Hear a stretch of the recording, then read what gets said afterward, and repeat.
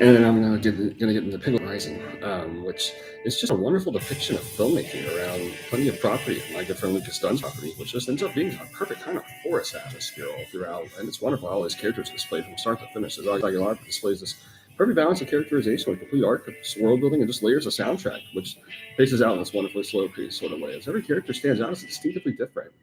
It just all paces out in such a great sort of structure. Um, like Jordan Freire, you're laying out the ground rules in the beginning, which gets to an extraordinarily disturbing and haunting portrayal.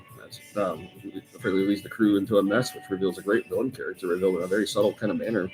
Ronnie George delivers in his presence of minimalism, because he doesn't really talk a lot. He's often presented as this sort of silent perceiver. And the scenes of all the characters wandering in nature just leads to an incredible sense of attention to detail all throughout. Like, for example, like there's like a dead bird, which is noticed, and that instantly kind of feels like a lot of dreadful foreshadow.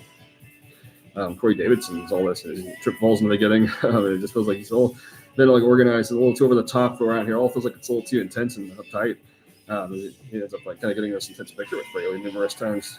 Nature is gradually stalked, and it all kind of amounts to getting fed up as it all escalates.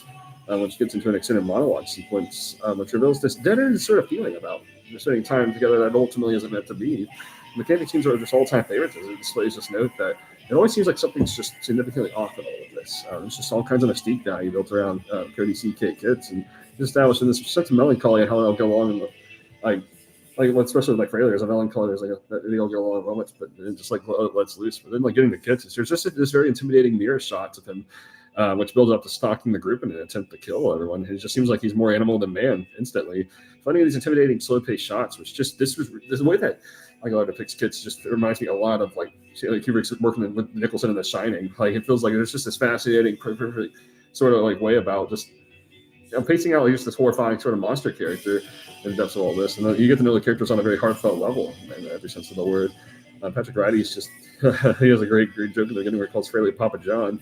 There's a wonderful sense of humor all throughout this one, and he's just really questioning why he's being deemed as this nature boy while urinating. That's a great part. And he considers himself to be more of an accountant overall, which gradually builds up to a really terrifying sort of moment. Most is just paced out of perfection. As the atmosphere really does remind me a lot of The Shining, as if it were set outside in the middle of the woods. As if we've set up there's this sort of psychological maze that Aguilar could perfectly convey at Dunn's setting. And plenty of these are just incredible. Whole kinds of display of special effects and costume design.